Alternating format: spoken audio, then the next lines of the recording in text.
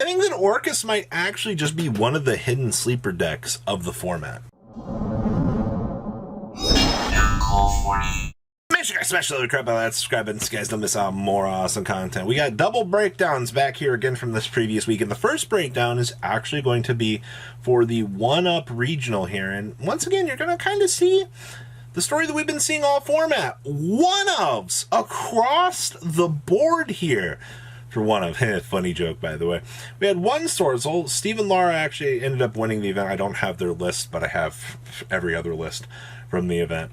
We had Flundereese coming in second place. I think it's actually probably one of the more impactful tops that we've had for Flundereese outside of the other previous weekend where it won an event. So a couple of very decently high seedings there. We had Tri-Brigade. Okay, standard stuff with Lyrical Lisk. We had one Orcust. Okay, so that's the first Orcust list. We had one Phantom Knights. Okay, we had one frickin' Grand Manju. Okay, that's a sneaky one to get in there. We had one Drytron, and we had one Invoke Dogmatica for this. Okay, and then over here to Arkam Games, where we had two Swordsoul. Okay, that's pretty straightforward. One Sky Striker. Okay, one Phantom Knights. One Orcust. That's two Orcust decks out of each event. Okay. One Eldritch, one Drytron, and one Tri-Brigade. Okay, so the same thing that I'm kind of getting out of this here is the same. At these online regionals, Orcust is doing what Orcust does best. It's definitely becoming one of those more interesting decks that I guess the format really wants to explore and enjoy as a resource. So let's go take a look at what some of these players are kind of cooking up in terms of these deck lists for you guys, shall we? First list we actually have for you guys here is the second place list out of 1-Up, piloted by Isaiah PEREZ here. You're going to see a pretty standardized list here for Flundereese. I see that we do have the Gold Sarcophagus built in to this deck. It's actually been a little while since we've seen Gold Sarc kind of be explored in this deck. I think a lot of people opted to, I guess, just cut it. I mean, yeah, it's cool that you can generate like a resource. You can banish whatever you want from the deck and then normal summon and chain block one of your main guys. But on the second summon, if you don't have anything, or if you don't see the map here, it just kind of puts you at a very big disadvantage, in my opinion. While I think it can be worth it, it just kind of feels a little bit short for me. I'll see down here that we are playing the Promenade Thrusher in here as well. I haven't really seen decks trying to take advantage of Promenade. I've seen the Assembled Nightingales coming into play here for this, but that's kind of interesting that this is an option being explored here by second place. I guess all sorts of extra deck tricks and tips that you can do. You really do have the space to afford the allotment for some of these things. Next up, we have Lyrical Lisk Brigade.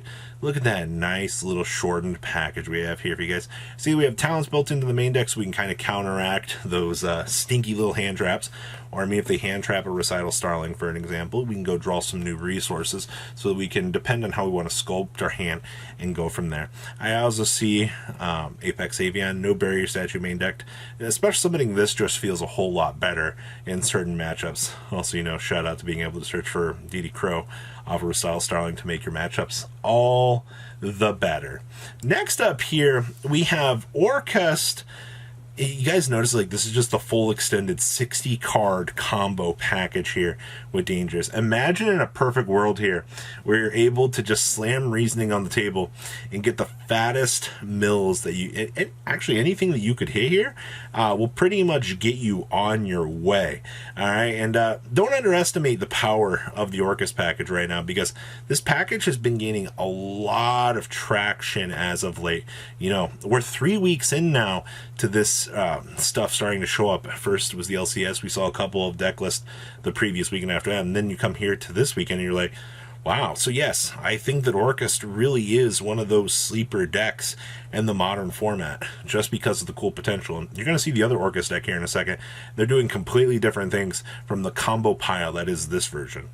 Next up here is Phantom Knights. I see that we have built-in going second cards out our wazoo here. From the Lightning Storms to the Dark World No Mores. That means that whatever our opponent's trying to do here, no. We're not going to allow them to interrupt us in any sort of capacity. So I think that's actually pretty impressive here that we could really find the space to build into this. Outside of that, this feels like Phantom Knights. Double Crossout Designator, by the way, down here in the side deck.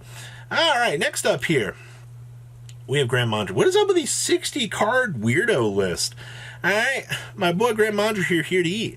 I also see that we have D barriers built into the main deck. Huh. Well, I can see why this deck ended up doing so well. You open D barrier or Dark Roll or Super Poly or TC Boo, and you're just gonna have a fun time. We got the Inspector borders down here in the side deck that we can board in. I really hate to be the guy that would run into this deck and then just get a free round 1 loss because you're unprepared for what this deck does. Next up here is Drytron. I see that we have the built-in crossout designators here. I also, this is so weird to me.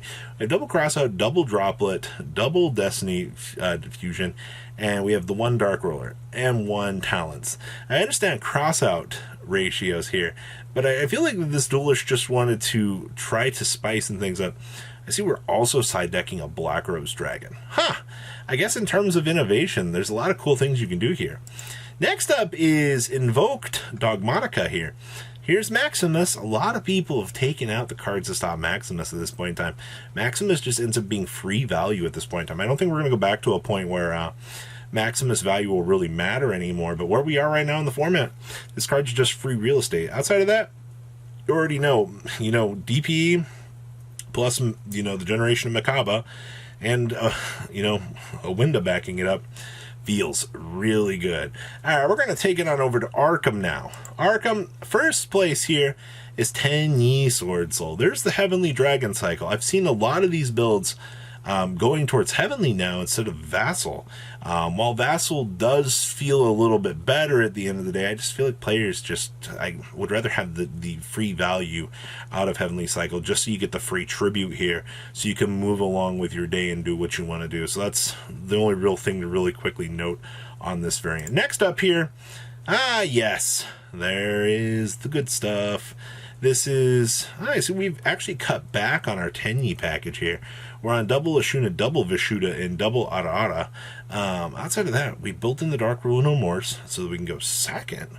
Okay, we have the Chalices in here as well. Wow, this build really, this is kind of interesting. Okay.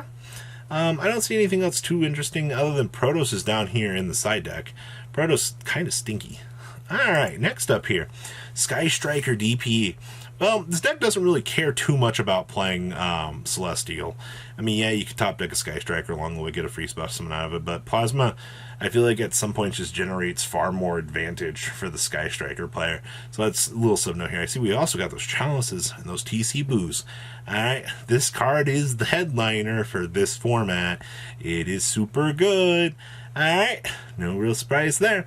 Next up here is more Phantom Knights. Oh boy.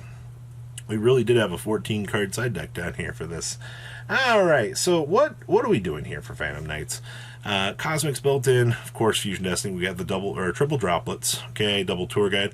3 Tour Guide kind of stinks in this deck. You guys ever notice that? It feels like a dead draw. We have the triple draw, of course. We have Space Rocks built into the side deck so we can punish the opponent. Yeah, this feels like a very standard Phantom Knight list. I wish I could be more exciting, but it's Phantom Knights at the end of the day. Next up is the other Orcust list here. 5th place. You guys see what I mean by, we have the Mech Knight extended package here so we can do column shenanigans. That's it, by the way. Just the 3 purple, the 1 blue, and the 3 Grisu here. It's really all you need. We have the World Legacy Memory so we can do our thing. And then standard shenanigans with Chalices, Torrentials. Everything that you could really want in the toolbox is available to you. And you see what I mean? Like, so much of a difference between, like, the whole combo package and just simplified down to this. Next up here is Eldritch. This is really 33 trap cards, the deck, with 5 draw cards, 2 Golden Boys, and a Pankratops. Yeah, that's what you're going to get here. Once again, gotta give a shout out here to this good card here, because this is what we're dealing with here. I see here that Goes in Match, and TC Boot. Man, Floodgates, ladies and gentlemen, they are so clutch for modern era Yu-Gi-Oh! Next up here is the last list that I have for you guys here. This is the Tri-Brigade Lyrical List deck. Once again, we extend out that Tri package here. It's the same thing that you've kind of noticed for a little while in these particular variants. It definitely does what it wants to do. I can't really say much else about this, just because all of these lists are so straightforward and standard that it actually ends up hurting at the end of the day here. I also have one more bonus list for you guys here. This was Luke Fink's Speedroid deck. The reason why I wanted to include this was it didn't quite make it to the finals here, but this deck kind of caught me off guard playing Gravity Collapse here with Speedroids, and I think that this is actually kind of cool. A lot of people like to explore very many options with this deck. Also, you know, being able to have the Quinglong here built in. This is actually kind of interesting for the Nyan. So, you guys like cool ideas. Guys, what do you think about this regional breakdown? Please, if you comment down below what you guys think. Smash the like button, that subscribe button, so you guys don't miss on more awesome content. I'll see your beautiful faces back later, and there was some more cool awesome content. Peace out, guys. Patrons, thank you.